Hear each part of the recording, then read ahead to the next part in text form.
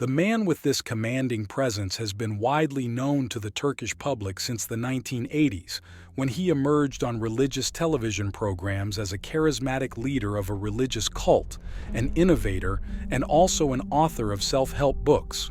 However, it was this very man who shocked many when it was revealed that he, a leader, had been able to brainwash, coerce, and manipulate the minds of hundreds of thousands of women through dark rituals, even engaging in perverse acts and launching his own TV channel to broadcast his own special films.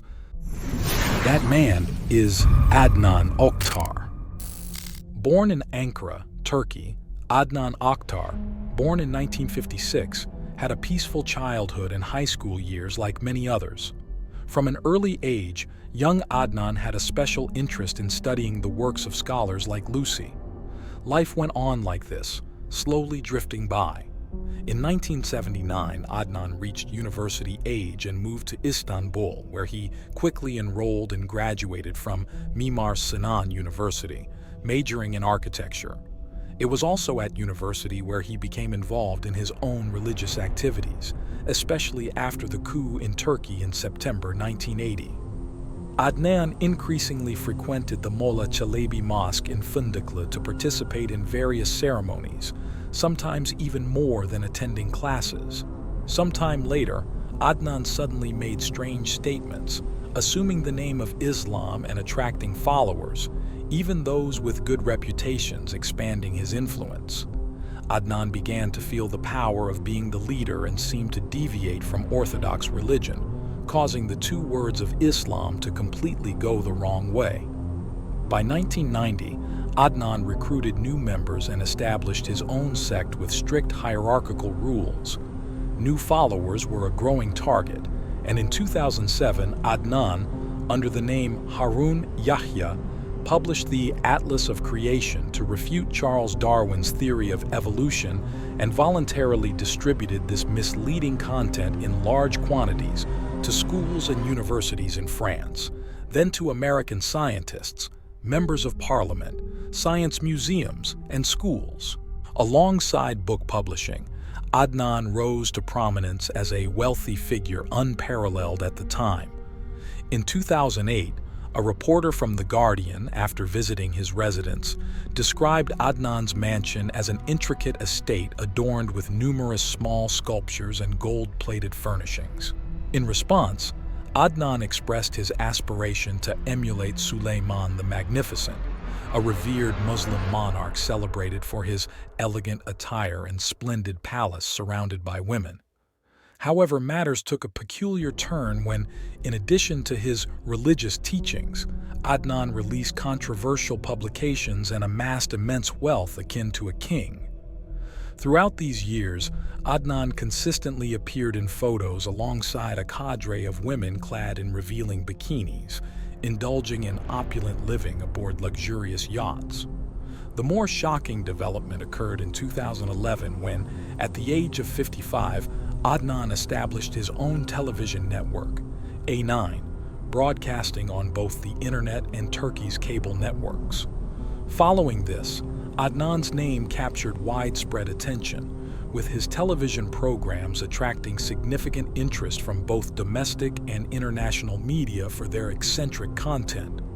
At times, Adnan, accompanied by socially affluent women, underwent cosmetic surgeries, donned heavy makeup, and sported Versace shirts or other provocative attire while discussing Islam or questioning evolutionary theory, undermining his credibility and propagating a skewed interpretation of Islam. These women, invited to dance suggestively before Adnan, seemingly enchanted, served to propagate Adnan's distorted version of Islam, manipulating vulnerable followers, particularly young female adherents, into engaging in criminal behaviors, thereby compromising the integrity of authentic Islamic rituals and Adnan's own reputation. Before that, Adnan assembled a group of individuals whom he had indoctrinated for many decades to serve as his followers. These individuals were initially referred to as alpha males and were tasked with seducing and enticing young, impressionable girls into becoming slaves for Adnan, whom he referred to as kittens. A 15-year-old girl meets and falls in love with her boyfriend. This guy's name is Paula. However, Paula's real identity is unusual. He has been Adnan's subordinate for a long time and is in the process of finding beautiful women for Adnan. 2 years later, around 2014, Paula felt tired of her girlfriend and planned to introduce her to Anand. Paula took the girlfriend she had no feelings for to Anand's villa. That very day, the girl was humiliated because she was unable to resist Anand's strength and power. Adnan pressures the pitiful girl to marry Paula as soon as possible, but her family disagrees. So Adnan arranges a fake marriage for her with another man, who is also Adnan's subordinate. In reality, Adnan goes through all this trouble because this way, the girl can forever become one of the thousands of girlfriends bound to Adnan, calling them girlfriends, but in reality, they were all sex slaves subjected to brutal physical and mental control. And according to the unfortunate girl's memory, first in Adnan's apartment, including the bedroom, were densely packed with surveillance cameras. There, she witnessed countless women being raped, while others had grown accustomed to it, so their attitudes were always indifferent. Adnan isolated his victims from the outside world, continuously brainwashing them with his religion, and when interested, he even used drugs to control women and force them to take nude photos. Besides satisfying his own desires, he also exploited the women, known as his kittens, to lure other wealthy men for profit, turning those men into new lions, and then those lions would lure new kittens. Even more sickeningly, Adnan forced some women to undergo cosmetic surgery to satisfy his personal aesthetic needs, even more horrifyingly with the requirement of not being anesthetized during the procedure. That's why in the video clips broadcast on Channel A9, most of the women's faces appearing there look alike.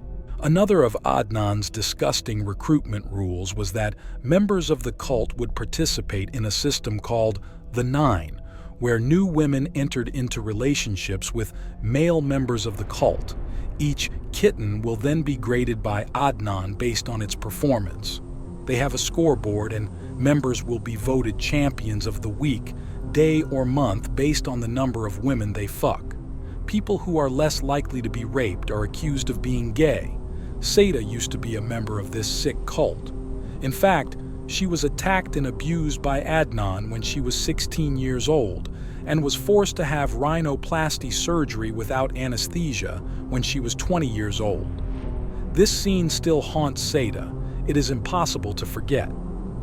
The image of the hammer they used was still vivid in her mind, along with the number of times they used it to hit her nose. An interesting and strange thing is that it proves that Adnan is a man who knows how to take advantage of his advantages to manipulate women, and he is also very confident in finding different thinking methods to explain the Islamic teachings. According to former followers, he was especially captivating because of the way he taught, which seemed so scientific and logical, using mathematics, biology, and history, that even educated and intelligent people were confused, must be carried away by what he said. Selan Atgun, for example, is not the type of foolish, gullible woman. On the contrary, she is a third-year alumnus of Istanbul University, Turkey.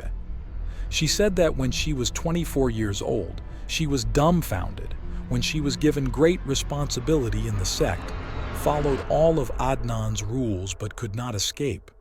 Selan says he is a very open and cheerful chatterbox. You will feel taken seriously, and he often demonstrates a deep understanding of history, physics, and medicine. That's why she loves spending time with him. Selan recounts that her involvement, like many others drawn into this cult, unfolded gradually. She became ensnared in the world of cult leader Adnan without even realizing it.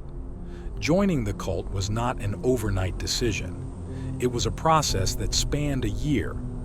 What initially seemed normal because everyone else was doing it, after a year, she realized were foolish acts. The singular image ingrained in everyone's mind of Adnan is him appearing with scantily clad girls, in bikinis or revealing attire, dancing. This is how he lured both girls and boys into becoming his slaves. What's even more horrifying is that after being brainwashed, the devotees continue to act as extensions of Adnan, further attracting young, beautiful girls to join this perverse cult. Over the years, Adnan's cult grew increasingly powerful in the region of Turkey. In 2015, a reporter from the American Vi Press began to notice Adnan's strange actions and behaviors. She questioned how a religion that is meticulous about fundamental principles like Islam could accept Adnan's cheerful programs with scantily clad beauties, a precedent unheard of in Islam. Therefore, she traveled to Turkey to arrange an interview with Adnan at his private residence as well as the locations where his programs were filmed. However, Adnan's side has taken extremely cautious measures. Adnan's bodyguards informed the reporter that the promised interview had been canceled. If she still wanted to interview and meet Adnan, there was one condition she must adhere to. She couldn't bring any recording devices. Adnan's side would film and then return the footage to her later. Reluctantly, the reporter agreed and entered. Upon entering the set, the reporter began interviewing Adnan, questioning him about his actions deemed incompatible with Islamic traditions, such as Muslim women being required to wear headscarves and not wearing bikinis. Adnan replied that here, we respect women. Strangely, throughout the interview, Adnan consistently emphasized his respect for women, yet during the session, everything from the sitting posture to the statements of these women was under Adnan's direction. No evidence could be found to expose everything, and Adnan skillfully concealed his machinations and ruthlessness perfectly until 2018. However, in July 2018, police raided Adnan's private residence after numerous complaints from Turkish citizens. After the emergency search of Adnan's home, they found 70,000 birth control pills, abhorrent sex toys, and girls being kept inside. Especially, they also found and confiscated over 50 guns along with a large amount of ammunition, with 160 accomplices arrested. The crimes were finally exposed at this point, and shortly after, Adnan was charged with 10 offenses, including fraud, extortion, money laundering, child abduction, sexual assault, and murder. Adnan was also convicted of founding and leading a criminal organization, engaging in military political espionage, supporting the terrorist organization Fethullah, and aiding Fethullah Gulen, the mastermind behind the failed coup in Turkey in 2016. In 2021, Adnan was sentenced to 1075 years in prison. During the trials, facing over 1,000 women, Adnan said a sentence that shocked and appalled those present in the courtroom. "I have a love overflowing in my heart for women. Love is the quality of a human being. It is the quality of a Muslim. I am very content. The core essence of every religion is to teach people to do good deeds, to help improve life. However, many individuals exploit the faith and beliefs of others for their own gain." When Adnan's case was exposed, there was much outrage from the public directed towards deceitful cults. This behavior affects not only general societal life but also the lives of the victims specifically.